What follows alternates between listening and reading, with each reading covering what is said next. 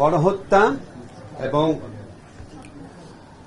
গুলিবর্ষণ এই সমস্ত ঘটনার বিচারের জন্য ইতিমধ্যে কিছু মামলা হয়েছে, আপনারা জানেন।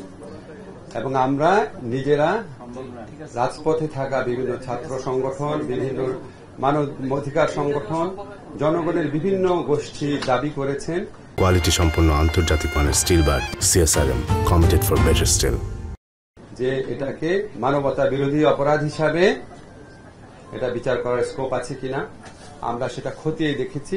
আপনাদেরকে আমরা বলতে চাই, 1973 সনে যে ইন্টারন্যাশনাল ক্রাইম ট্রাইব্যুনাল অ্যাক্ট আছে, যেটা পরে 2009 এবং 13তে সংশোধনী হয়েছে, সেই আইনে আমরা জুলাই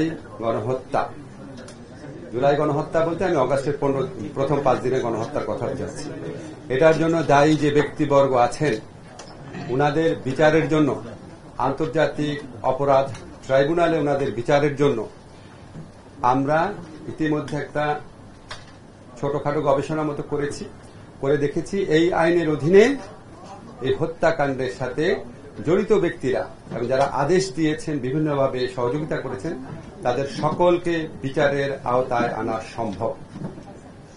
এবং আমরা এই আন্তর্জাতিক অপরাধ ট্রাইব্যুনাল, এখানে আপনারা জানেন একটা ইনভেস্টিগেশন এজেন্সি আছে, একটা প্রসিকিউশন টিম আছে, এগুলিকে আমরা রিঅর্গানাইজ করার চেষ্টা করছি।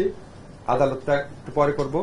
আর এই ইনভেস্টিগেশনের ক্ষেত্রে এটা আমরা জাতিসংঘের তত্ত্বাবধানে করার চেষ্টা করছি। জাতিসংঘ থেকে আমাদের বারবার সহযোগিতার আশ্বাস দেওয়া হয়েছে। আমরা বিচারে সত্যিকারের স্বচ্ছতা, নিরপেক্ষতা নিশ্চিত করার জন্য আমরা জাতিসংঘের তত্ত্বাবধানে আমাদের ইনভেস্টিগেশন টিম থাকবে, তারা কাজ করবে জাতিসংঘের তত্ত্বাবধানে, সর্বাত্মক তত্ত্বাবধানে। সেটার লক্ষ্যে সমস্ত উদ্যোগ গ্রহণ করব।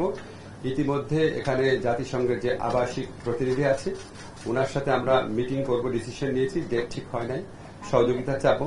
এছাড়া আমাদের আরো উচ্চ পর্যায় থেকে জাতিসংঘের বিভিন্ন কনসার্ন এজেন্সি আছে, ওনাদের সাথে যোগাযোগ করা হবে, আমরা করব। আমরা আশা করছি দ্রুত আমরা এটা শুরু করতে পারবো।